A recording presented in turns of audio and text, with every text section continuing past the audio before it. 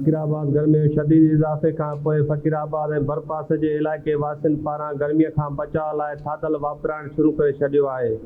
थाधल पीअण सां गर्मीअ में घटिताई थिए थी ऐं सिहत लाइ बि फ़ाइदेमंद आहे। ये चवण जो मक़सदु आहे इहा थाधल तमामु बहितरीनु शइ आहे ऐं सिंधी नुस्ख़ो आहे ऐं हिन में जेके बि शयूं देसी इस्तेमालु थियनि थियूं ऐं बहितरीनु थियनि थियूं जेके सिहत जे लाइ तमामु बहितरीनु शयूं ऐं गर्मी में तक़रीबन तमामु शिदत आहे गर्मीअ में हिन में इहो थाधल पीओ तव्हांजो अंदरि मादो बहितरीनु रहंदो ऐं बहितरीनु आहे सिहत जे लाइ इहो देसी शइ तमामु दिन खसखस विझंदा आहियूं, बादाम, जीरो, सौंफ, कारा मिर्च ऐं 4 मगज़, फोटा ऐं मिश्री, मिठाई आहे मिठाई बि विझंदा आहियूं ऐं नालो छा आहे बर्फ़ आहे, इहा बर्फ़ पई आहे, बर्फ़ थधी करे पीआरींदा आहियूं माण्हुनि खे। बहितरीनु थाधल आहे। हर साल असांखे 10-12 साल इन ई जॻह ते हणंदा आहियूं। असांजी मशहूरु थाधल आहे हिन फ़कीरमल फाटक।